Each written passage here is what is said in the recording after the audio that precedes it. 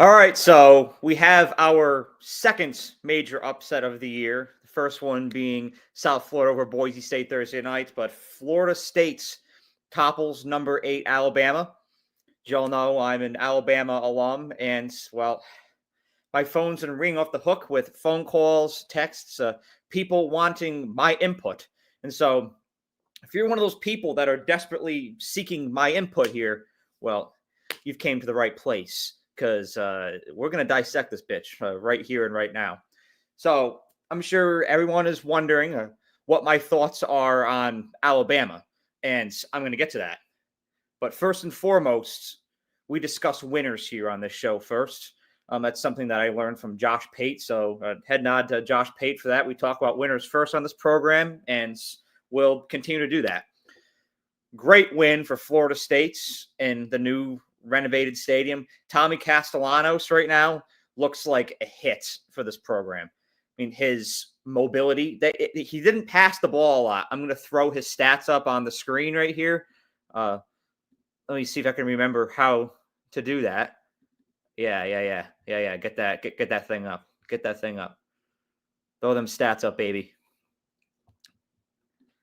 And so you can see Tommy Castellanos went 9 for 14, 152 yards. So not a lot through the air. He only had to pass the ball 14 times to win this thing. But it was what he did on the ground, 78 yards. Florida State ran the ball exceptionally well today. 230 yards on the grounds. Just looked amazing. Blew right through Alabama's defensive line. That was supposed to be an advantage. That was supposed to be a strength of this team, but it got turned into a weakness today. Receiving, again, Florida State's, they did what they had to do, but they were a team. They came in on a mission. They had a vision. Mike Norvell, Tommy Castellanos spoke this into existence several months ago. Of course, saying, we don't view Bama the way that nobody views Bama the way they did in the past. And, as an Alabama fan, I took that pretty personally. Evidently, Alabama players did not take it very personally today, giving their efforts, which is something that I will dissect here in a few minutes. But Florida State had that chip on their shoulder. They had that swagger about them. And after the second drive, they seemed prepared for everything that came their way. Also, something I want to acknowledge, the crowd factor at Doak Campbell today. Doak is back. Doak was down last year, especially after the Boston College loss. Doak is back. That bitch was rocking. The tomahawk chop was in full effect today. And the crowd factor was a huge advantage on Florida State's side. And it swung momentum in their favor. Especially after that second touchdown, they just continued to snowball with momentum. And so, huge shout out to them for that. And huge win for Florida State. They're especially coming off of a 2-10 season. You needed something to go your way here. You needed to start the season off on the right foot. It was imperative. And they did. And that's massive for the program. This is something to build off of, and a huge win for the ACC today as well. All right, let me stop sharing my screen here. All right, we're back. All right. Here we go. All right, trying to get myself back. I've gone like black. That's kind of crazy. Can anyone see me on here? Oh my goodness. Hold on, having a bit of a technical difficulty. 1 second. 1 second. Yep.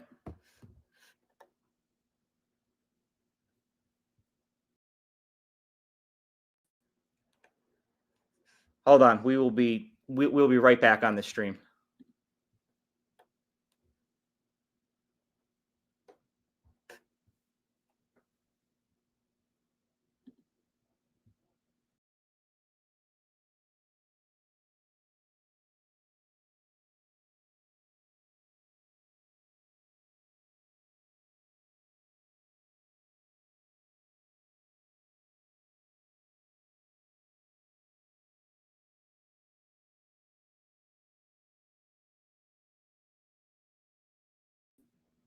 All right, we're back. We're back. We are back in business. Okay. So, little technical difficulty there, little hiccup, but we are back in business. So, we just got done breaking down Florida State. All right, that's all over and done with. Everybody who was on Instagram, we're on fully here on YouTube now. And so, tech has been restored. Let's get back to business.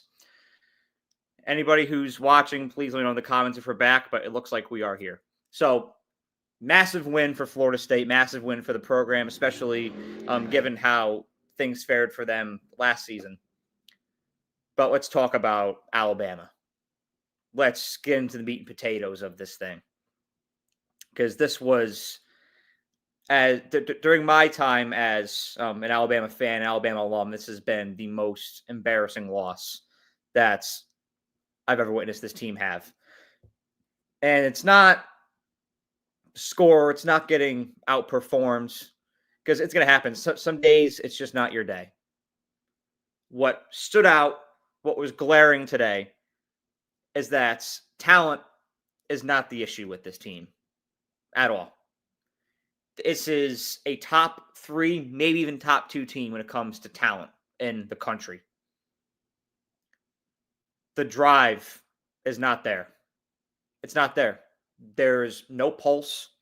There's no motivation. There's no identity. There's no will. I mean, put this into perspective. You have a Nick Saban coach team. You have a player on the opponent that you're playing week 1 specifically call you out leading up to the game. Personal attack. Pretty much saying you're not shit anymore. That would give me a hell of a chip on my shoulder. I'd be, pardon my French, I'd be ready to fuck somebody up after that. That was not the collective attitude on this Alabama team right now. And it honestly doesn't mean anything to dive into stats when it comes to Alabama, because the problems on this team, it is not quantitative. It's very, very, very qualitative. Body language was piss poor today. Everything after that first drive, body language, piss poor today. Absolutely awful. Looked like guys didn't even want to be there. You had linemen on both sides of the ball sulking during the game. Second quarter, sulking. Penalties, Domani Jackson twice. This was never, I mean, you'd see little glimmers of it here and there, but overall, collectively, this was never a thing on Nick Saban coach team. Hits out of bounds, getting in guys' faces, talking shit to guys after the play. You get your ass reamed on the sideline. And so that was never a thing, really, when Nick Saban was head coach. You can see the respect is not there right now. And I'm going to get to the source of that here in a minute. I'm sure y'all can really conjure up what that is. But there's a reason why that is. So body language, piss poor. Emotion control, piss poor. We saw it last year with Malachi Moore, the way he reacted after the Vanderbilt loss. Like we're starting to see patterns with this team under Kalen DeBoer so far. Lack of consistency, lack of pulse on offense. Terrible on fundamentals. I mean, let's get into the weeds. Let's get into the details here about how Alabama has an offensive line that averages probably between 315 and 320 pounds when it comes to mass of each guy. And you got worked by Florida State's defensive line. Absolutely pathetic. Absolutely smoked by them. Ty Simpson, who I thought was one of the bright points of today, and I'll address that here in a minute. I thought Ty Simpson was a bright point today, one of Alabama's very few of them today. Him and Jeremy Bernard were bright points, I would say. He had barely any time to throw. That pocket was collapsing virtually every play. That's why the run game couldn't really get established, because linemen were getting smoked. They were getting beat. If you're a defensive lineman, if you're an edge rusher on Alabama, like I said, I'd be ready to fuck Tommy Castellanos' shit up today. That would be my attitude. That would be my mentality going into this game. That was not their mentality. He barely got touched. He ran around the field like it was like Pac-Man or some shit at will. Tommy Castellanos could do what he wanted with the ball in his hand today, zigzagging around the field like he's Kyler Murray. It was unreal. He did what he wanted to do at his will, because that's what the Alabama defense allowed him to do. You see, I'll own it here. And my pick doesn't really mean anything right now. But I had Alabama picked to go to the national championship this year. I had Alabama picked to win the national championship this year. I'll tell you right now, I'm wrong. I'm wrong. It's not going to happen. I'm wrong. Because that pulse is not there. That drive is not there. You look at a team like Alabama, and I think this is what's most sickening about it. The talent profile is unbelievable. Like I said, 4 stars, 5 stars everywhere. 89% blue chip ratio for Alabama. And that is what you show. That is what you display. That is the product that you deliver to a national audience on the road against an unranked team. I don't want to hear anything about players being out. I don't want to hear anything about rain. There's nothing to do with anything.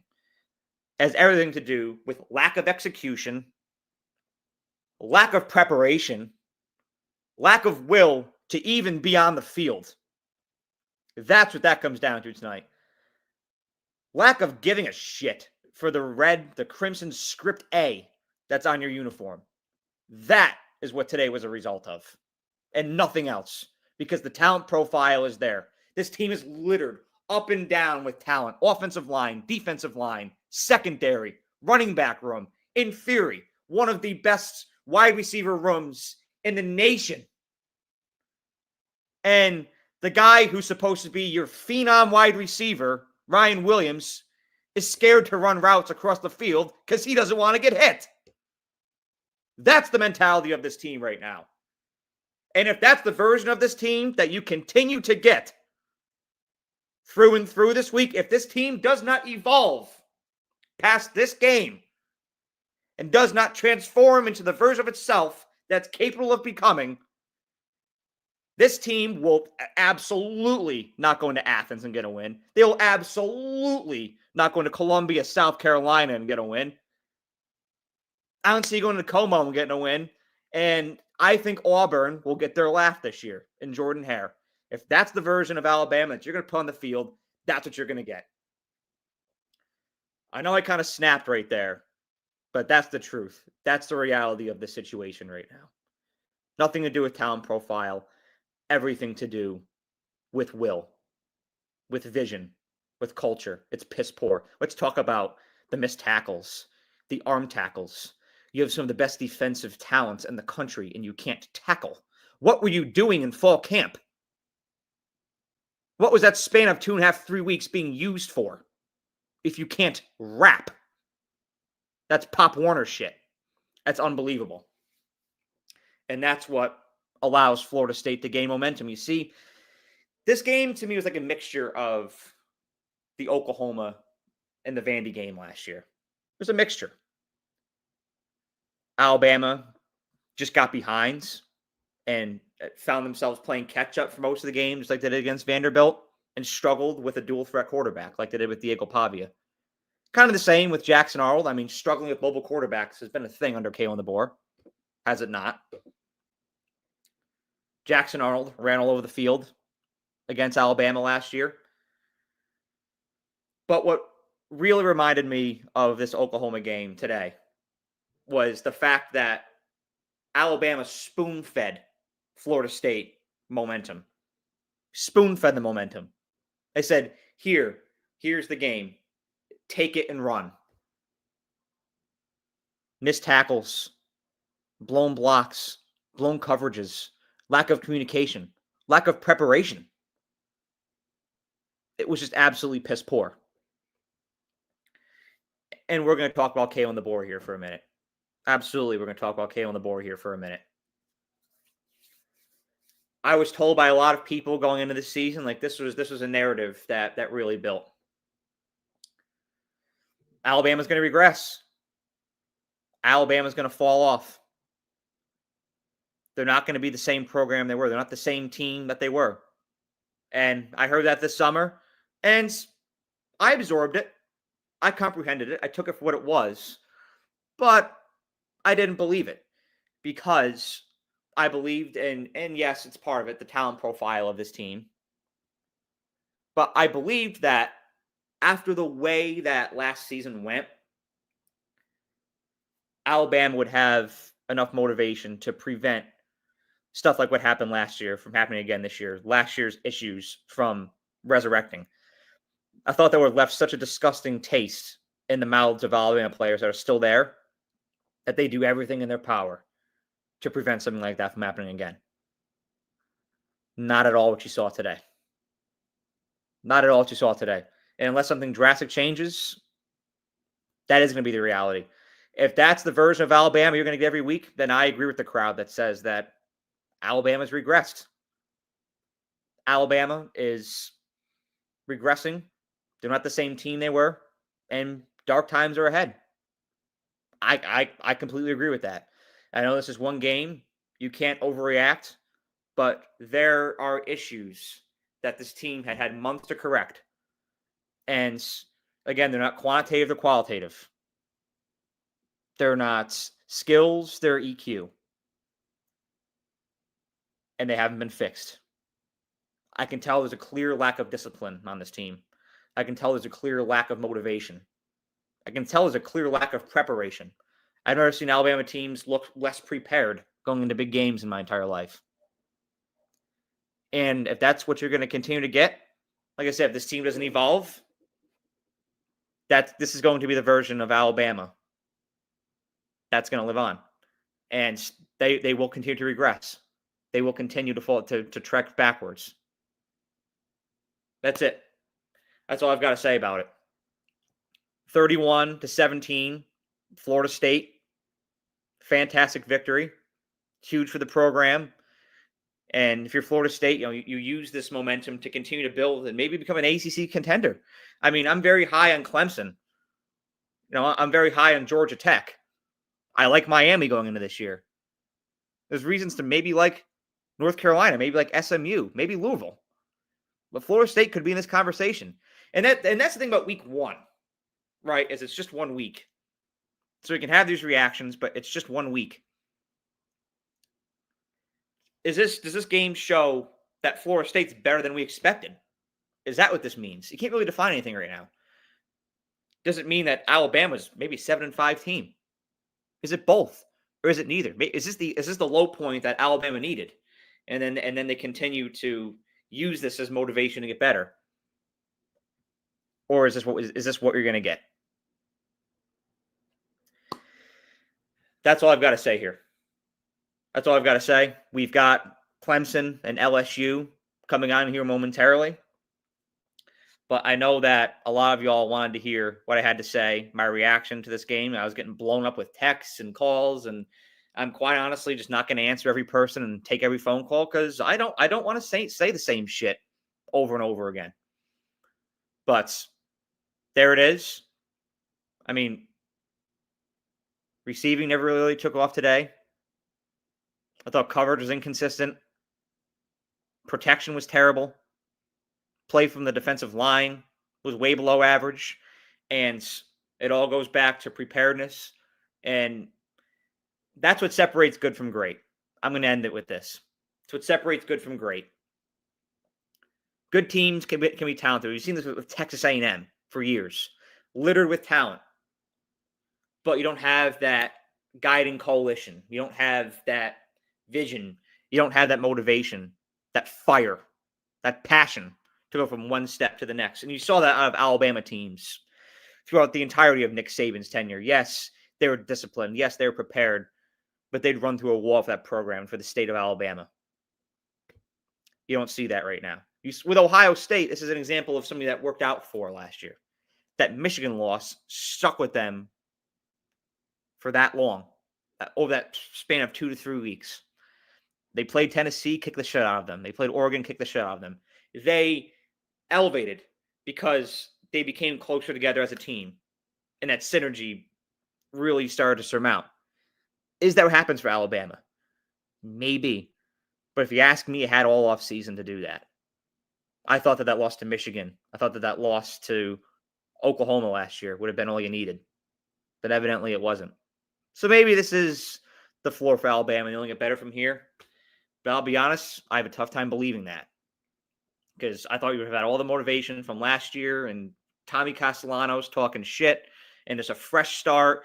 And I defended Kalen DeBoer countlessly this offseason. When people would try to say, I don't think he's the guy, I say, give him time, let him develop.